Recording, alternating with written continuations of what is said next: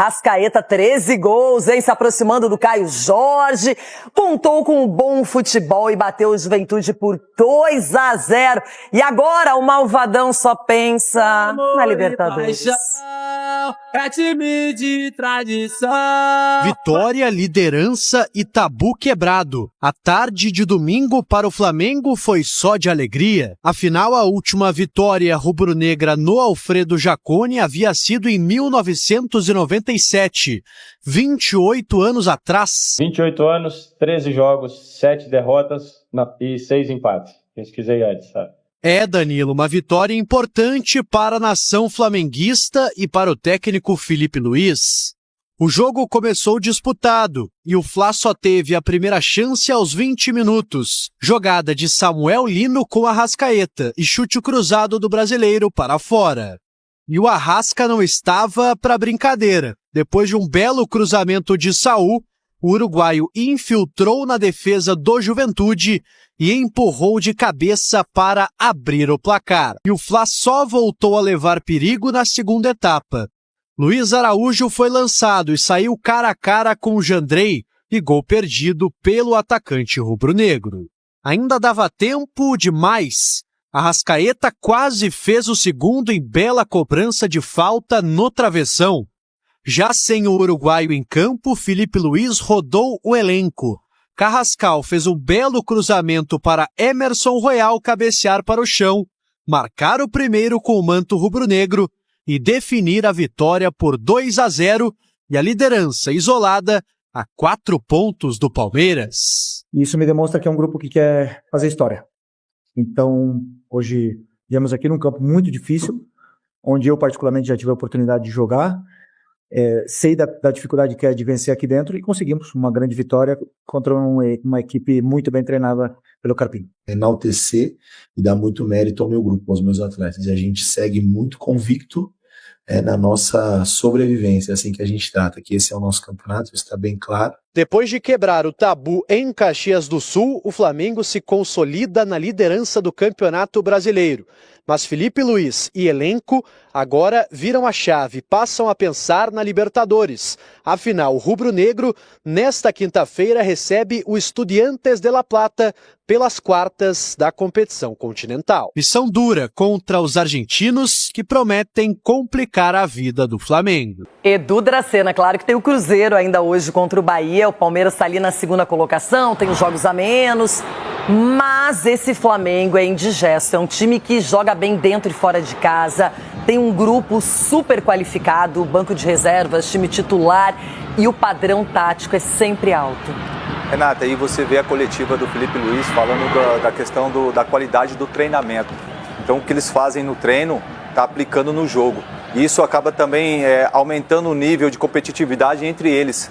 Então todo mundo quer jogar, todo mundo quer estar jogando como titular. Então isso também, os jogadores que não estão jogando estão treinando bem para que quando tiver a oportunidade de aproveitar. E você pega hoje o Flamengo, não só o time titular, mas o elenco, os jogadores que estavam no banco, é impressionante. Agora, o meio de campo do Flamengo com Saul, com Jorginho e principalmente com Arrascaeta é brincadeira, Renata. Esses jogadores estão ditando o ritmo do Flamengo.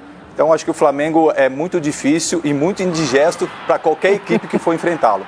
E o Juventude muito mal também na tabela, é um time que não reage, até conseguiu alguma coisa com o Carpini, mas acabou sucumbindo diante de uma equipe que é muito melhor que a maioria, sim. Exatamente, é difícil você analisar, né, o adversário quando enfrenta o Flamengo, né? Porque o Flamengo, o que a gente está vendo, é um time que está jogando no automático.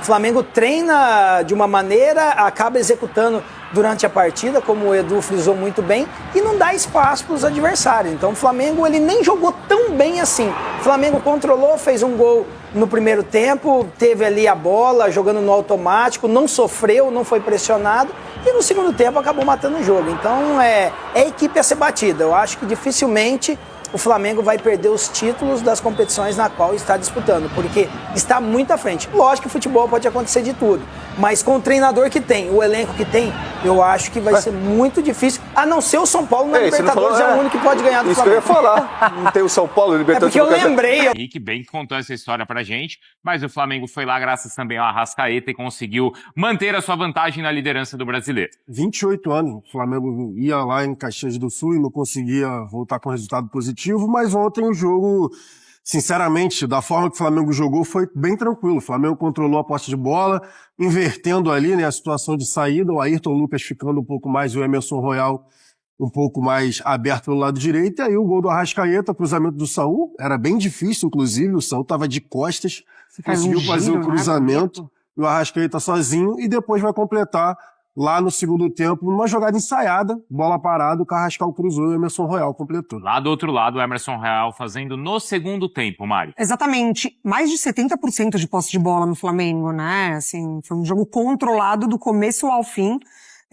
Poderia ter feito mais, o Juventude com muita dificuldade de marcar esse lado esquerdo do Flamengo atacando, muita liberdade para o cruzamento acontecer, uma vitória importante e tranquila para o Flamengo quebrar esse tabu. No segundo tempo foram 80 passes do Juventude e 280 do Flamengo, impressionante a vantagem rubro-negra. É assim então que o Flamengo mantém a sua vantagem na liderança da competição e a gente ouve os destaques do jogo. Nós pensamos jogo a jogo, e eu falei para eles durante essa última semana agora, antes desse jogo, quando eu vi os treinos que eles fizeram durante a data FIFA, me deu muito o que pensar, porque jogadores que já estão numa temporada aí com 9 meses, ninguém alega cansaço, todos querem treinar, todos competiram ao máximo durante a semana, por um nível muito alto de treinamentos, e falei para eles que esse grupo, quando você vê isso no treinamento, cada vez que as pessoas contagiam, é um grupo que quer fazer história. Claro que a gente fica chateado com o resultado, né? Todo ponto ele é bem-vindo.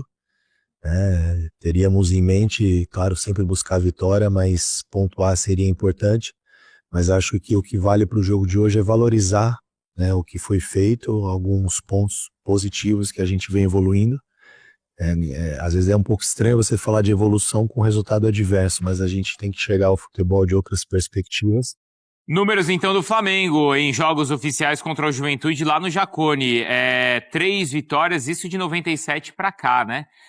Ou na história. 6 empates e 6 derrotas. Então ele não vencia desde 97, voltou a vencer ontem. É aquela coisa, não é, Pedro Henrique Torre? Não tem tabu que resista a Jordan de Arrascaeta e o Flamengo, então, mantém a sua liderança na competição. Tudo bem aí, Pedro? Tudo bem, Bruno. Um abraço grande pra você, um abraço pro Jailson e um beijo grande pra Mari. Nem Mari, foi uma trairagem sem precedentes neste Sport Center. Mas tudo bem, vamos lá, vamos em frente.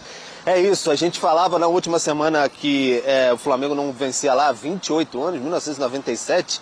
A Mari nem era nascida, o Bruno começava a dar suas pedaladas, pimpão, e o Jailson também ainda engatinhava. Então, realmente, muito tempo que o Flamengo não vencia o Juventude lá fora de casa. Foi um jogo até tranquilo, né? Um jogo que, por mais que o gol tenha demorado um cadinho a sair, o gol saiu depois que o Flamengo teve calma, tranquilidade, enfim, não desesperou em momento nenhum. Tinha até o desfalque, por exemplo, do Jorginho ali no meio de campo, que faz uma grande diferença, mas o Saúl, que foi até papai, né, e saiu correndo lá para participar do jogo, parabéns para ele, teve uma boa participação ali no meio de campo. Aí você falou do Jordan Arrascaeta, perdão até a correção, Bruno, não é Jordan, Jordan de Arrascaeta, tá com 18 gols na temporada, a temporada mais artilheira desde 2019, que foi a melhor dele, ainda naquele ano mágico do Flamengo. Então tá muito bem com o Arrascaeta, gol de cabeça, gol de canhota, enfim, ontem foi o